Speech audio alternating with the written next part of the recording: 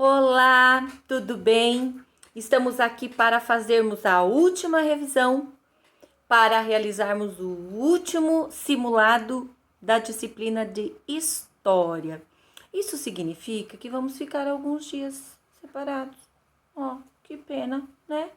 Mas nada impede que a gente se converse, nada impede que a gente se veja pelo WhatsApp, sei lá, né? De alguma forma a gente pode se encontrar. Aí, o que eu tenho de dica para você? Você vai pegar sua apostila, você vai fazer uma leitura desde a página 79 até a página 91. 79 até 91. Leia, dá uma olhadinha nas respostas das questões que você fez. Assiste esse vídeo de revisão, dá uma folhada no seu caderno, verifica o que tem lá, lembrando que a prof já trabalhou com você. E aí, quando você terminar isso tudo e você for começar o simulado, você fala assim: Papai do céu, por favor, me ajude a lembrar daquilo que eu estudei, aprendi, vi, ouvir e consiga fazer o simulado com muita tranquilidade. E aí, Jesus vai te ajudar. Porque não adianta você pedir para ele te ajudar a lembrar de algo que você não estudou, que não tem gravado na sua mente, né? Então, vai, estude desde a página 79 até a 91. Depois participe do vídeo com a professora aqui. E aí você fala com Jesus para ele te dar auxílio. E ele vai ficar do seu lado porque ele está desde o começo. Desde a segunda-feira vocês estão juntos, não é? E eu tô aqui orando por você também, para você ir muito bem na avaliação, no simulado de hoje, como você tem conseguido fazer os outros 4 que você já fez, ok? Vamos lá então? O que você tem de atividades para desempenhar? Você tem que prestar atenção no quê? A gente viu no simulado passado que os povos lá da Mesopotâmia, lá do Egito, eles tinham um problema, que era quando chovia muito, inundava tudo, destruía a aldeia deles, eles tinham que achar um meio de canalizar aquela água para que quando não chovia, eles tivessem aonde encontrar água. E quando chovesse muito, a água não destruísse tudo. Então, eles fizeram canais, eles fizeram um manejo de água através de diques e barragens e também construíram os chadufes. Muito bem, nossa, eu pensei em falar, você já respondeu. E aí, eles tinham uma forma de irrigar as plantações, né?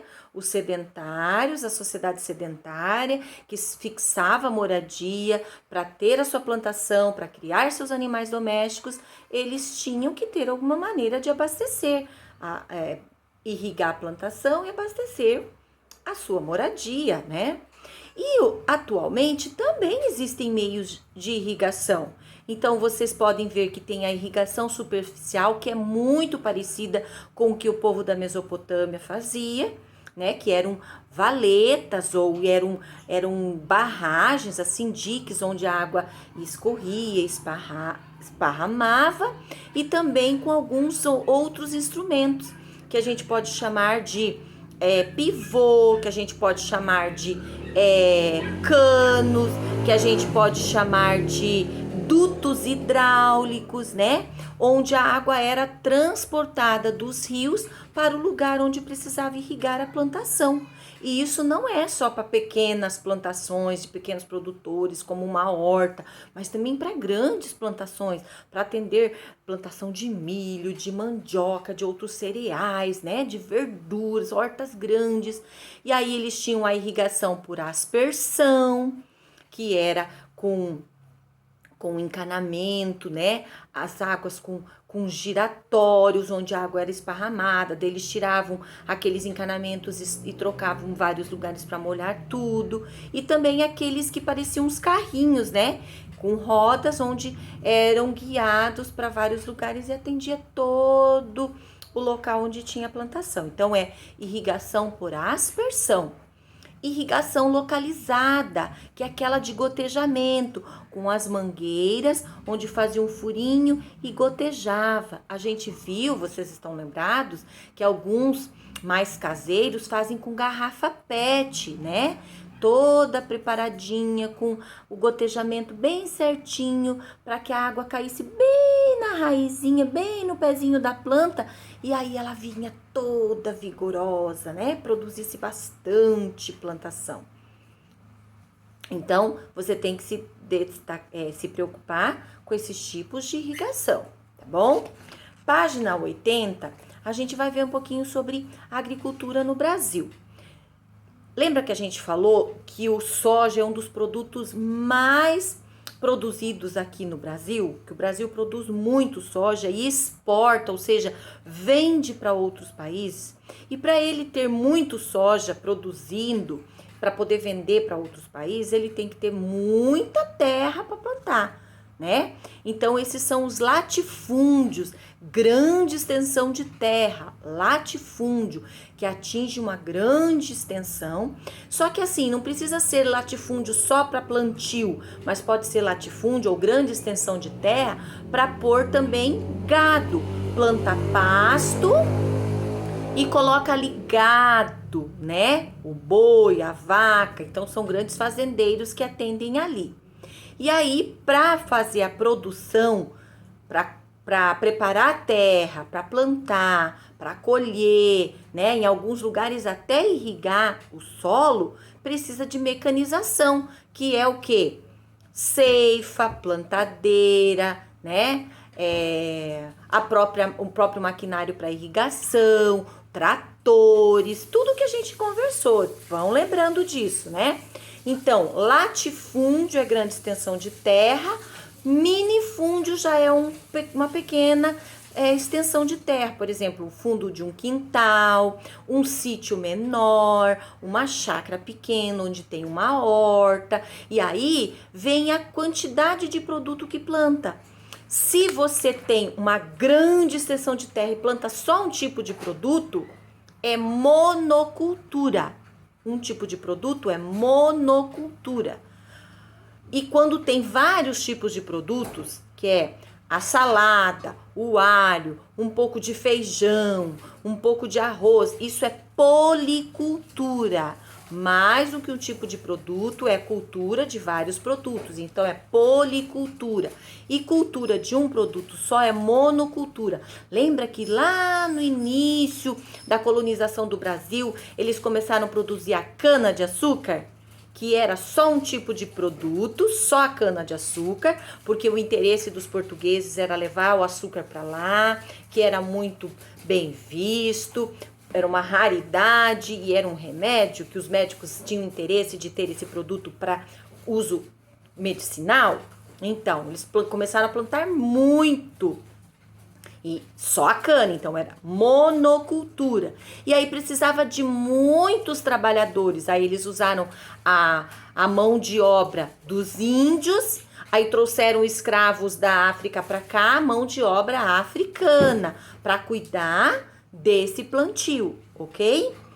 Também vocês vão ter que analisar um pouquinho quando fala de drogas do sertão. Não é droga que deixa a pessoa além da imaginação, mas eram drogas, ou seja, especiarias muito valiosas encontradas na floresta amazônica. Lembra que a prof fez um vídeo e mostrou aqui para vocês da canela, o cravo, o coloral, o gengibre, lembra? A castanha, no caso o coloral é o urucum, né? E muitas outras sementes que eram encontradas na floresta amazônica e até hoje é retirada para venda. Então essas são as drogas do sertão. Você dá uma estudadinha aqui, que você vai ter que falar com as suas palavras, algumas delas, não precisa muitas, tá bom?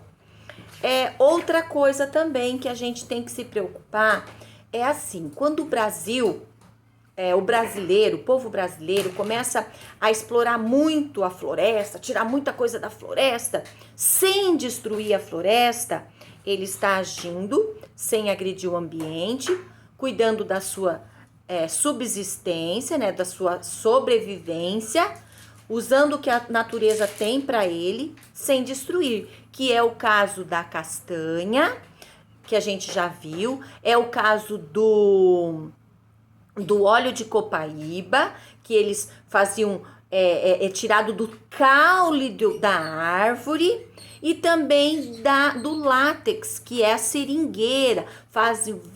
Eles fazem, até hoje, usam vários cortes na seringueira, aí escorre aquele leite, parece leite branco, e dali como se fosse um leite, daí vira uma borracha e produz muitas coisas feitas desse produto, que pode ser chinelo, pneu, bota, borracha escolar, né? Aquele anel que coloca na panela de pressão, certo? E aí, isso tinha muito e é muito tradicional na terra do meio, a população indígena, as populações que moram na terra do meio no Pará, usam todo esse material sem destruir a natureza. Contudo, na mesma região, na mesma mata, lá no Pará, existem os mineiros, as minerações, a exploração dos minérios, onde destroem toda a natureza. Isso é feito, eles fazem desmatamento, vão destruindo, vão cortando árvores, vão fazendo queimadas, vão derrubando, vão tirando as matas nativas.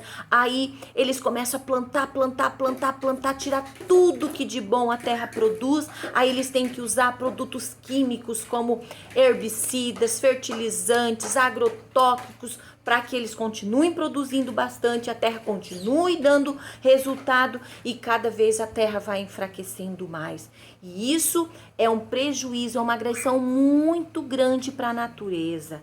Temos que cuidar com isso. Outra coisa que destrói muito a natureza é a criação do gado. Lembra que a prof passou umas reportagens para vocês fazerem a pesquisa de que o estrume do boi, o estrume da vaca, que é o cocô da vaca, o próprio pum da vaca é um gás que polui o ambiente e contamina a natureza e contribui para o chamado efeito estufa, ou seja, diminui a proteção da camada de ozônio no nosso globo. Olha só que coisa horrível! E quanto mais eles desmatam, diminui o oxigênio, aí colocam gado, aí vai aumentando esse gás que polui o ar, e aí a nossa natureza vai ficando cada vez pior e o nosso mundo vai tendo mais dificuldades e trazendo mais problemas para a nossa saúde, né? Que tristeza isso. Desse capítulo, final desse capítulo da sociedade sedentária, você dá uma lida, presta atenção nisso, né, e fixa essa parte. Outra coisa para a gente encerrar é sobre a escrita. Todos nós temos direito de ler e escrever. É um direito garantido para todos os brasileiros na Constituição, certo? Não importa onde a gente mora, não importa onde a gente está, o Estado, o município, as nossas famílias têm que garantir que a gente leia, aprenda a ler, aprenda a escrever. Lembra lá no comecinho do nosso capítulo, no comecinho das aulas deixa só a prof dar uma vistoriada aqui. Na apostila do primeiro bimestre, que a gente estudou sobre a menininha que não sabia ler, que ela amava a Mata Atlântica, a floresta amazônica, e ela não sabia ler porque os papais só colocavam os meninos estudar. Então, era reservado para os meninos, mas ainda bem que a gente hoje, menina, pode estudar e a gente não fica restrita a cuidar das coisas de casa sem saber ler e escrever, porque é um direito de todos, porque está garantido na lei, na Constituição, e nós temos que estudar, porque a gente precisa para tudo. Lembra que a gente viu que a gente precisa saber ler e escrever no mercado, para usar a internet, para saber ler um rótulo, para saber tudo que a gente vai fazer, a gente precisa saber ler e escrever, né? Até mesmo para cozinhar a gente precisa saber ler a receita. O Moisés agora tá fazendo uma torta de banana, ele pegou o livro e tá lendo lá, torta de banana. Se ele não sabe ler, como que ele vai saber quantas xícaras de açúcar vai usar, quantas xícaras de farinha vai usar? E isso é para todos nós, né? Então, é um direito garantido na Constituição. E outra coisa, a escrita começou há muitos anos atrás, há 3.000 anos antes de Cristo. E começou com a escrita cuneiforme, né? Lá na antiga Suméria. E também com a escrita nos papiros, nos papéis, feitos lá daquela planta no Rio Nilo, lá no Egito. E vocês lembram que quem escrevia, tinha umas pessoas que eram rigorosamente treinadas para escrever, que eram os escribas. Lembram disso? Que a gente falou? E lembra também que para escrever existiam, né, para desenhar, para escrever, para fazer, era usado tabletes ou tablets, que hoje a gente tem o tablet aperfeiçoado, né? Que é o da mídia, né? Que a gente tem aí o material. Antes era tablete de argila, onde eram escritas e desenhadas figuras e palavras com significados, e chamava pictograma ou ideograma. Lembra que a prof falou? O que é pictograma? Gravem bem isso, ó.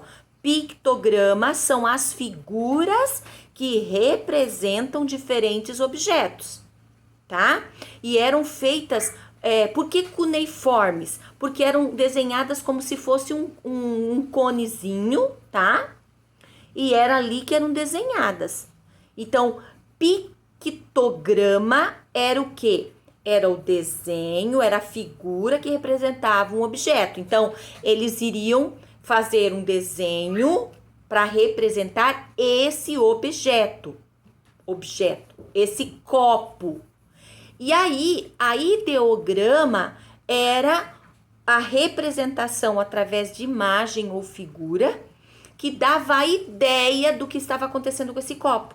Então, uma outra forma de representar a ideograma era a ideia de que, ó, eu estava tomando água com esse copo. Então, era outra ideia. Eu não sei como que eles desenhavam, tá? A prof tá só passando o que é pictograma e ideograma. Então, ó, aqui, pictograma é desenhar o que representa o tubo de cola.